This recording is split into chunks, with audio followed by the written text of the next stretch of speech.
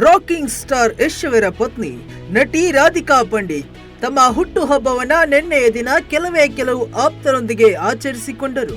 ಈ ಒಂದು ಹುಟ್ಟುಹಬ್ಬದ ಕಾರ್ಯಕ್ರಮದಂದು ಅವರ ಪತಿ ಅತ್ಯುತ್ತಮ ನಟ ಯಶ್ ಅವರು ಕೂಡ ಉಪಸ್ಥಿತರಿದ್ದರು.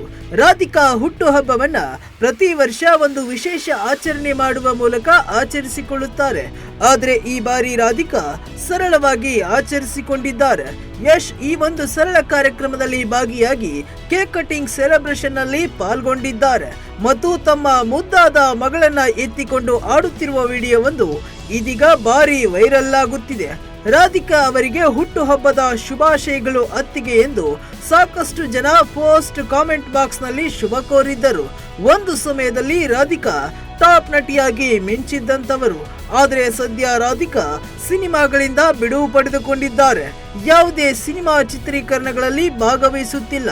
ತಮ್ಮ ಪುಟ್ಟ ಮಕ್ಕಳ ಆರೈಕೆ ಮಾಡಲು ಕೆಲ ವರ್ಷಗಳ ಕಾಲ ಚಿತ್ರರಂಗದಿಂದ ದೂರ ಇರಲು ರಾಧಿಕಾ ಪಂಡಿತ್ ನಿರ್ಧರಿಸಿದಂತೆ ಕಾಣುತ್ತಿದೆ.